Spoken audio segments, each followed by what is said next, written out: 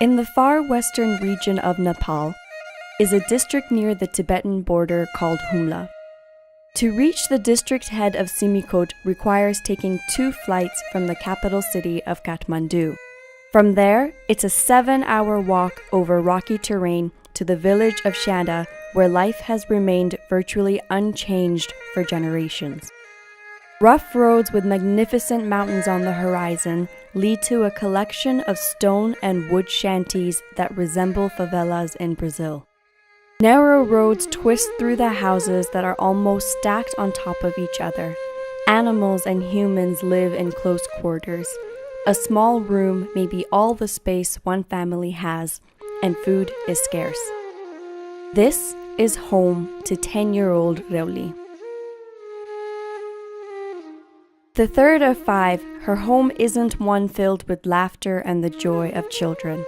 In fact, Reoli's 2 older sisters have been sent to different parts of the country, and she is the least favored among her younger brother and younger sister.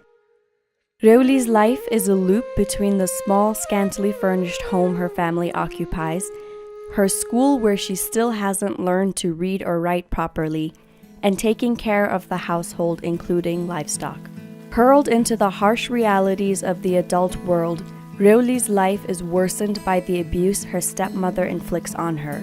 Beyond this, she has known little else.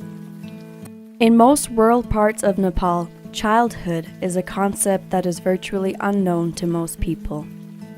In April 2014, Esther Thapa and some of her colleagues visited Humla to deliver relief packages with food and blankets. Humla is one of the most remote and backward regions of the country. There, like parents anywhere, most people are eager for an opportunity to give their children a different and hopefully better future. Over the week that Esther and her team were in Humla, around a dozen families indicated that they wanted to send their children back to Kathmandu with her. Without knowing her, without knowing where she lived, without knowing what her life was like, the mere chance that she could offer a more positive life was reason enough to want to send their children away with a stranger. To the outside world, this may be a difficult concept to understand, but in Nepal, it's a common practice. Whatever the reasons, whatever the hope, saying goodbye is never easy and change is immediate. When Esther decided to bring Reoli home with her, the first transformation happened with a shower.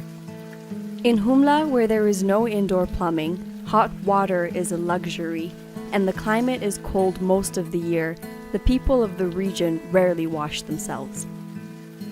As Reoli cleans up, the act of Esther helping her is heavy with symbolism, washing away the old, getting rid of the past, and preparing for something new.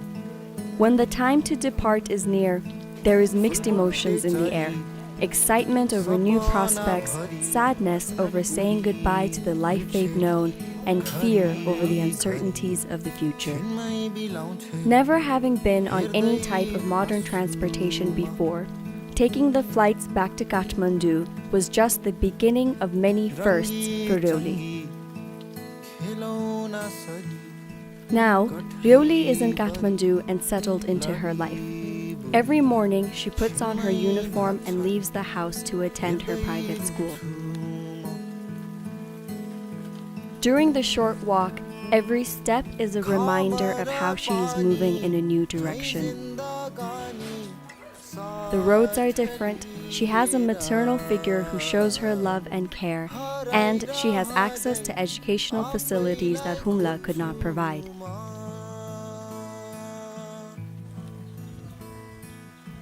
Amidst all of this, Reoli is able to laugh, play, and she is given the opportunity to be a kid.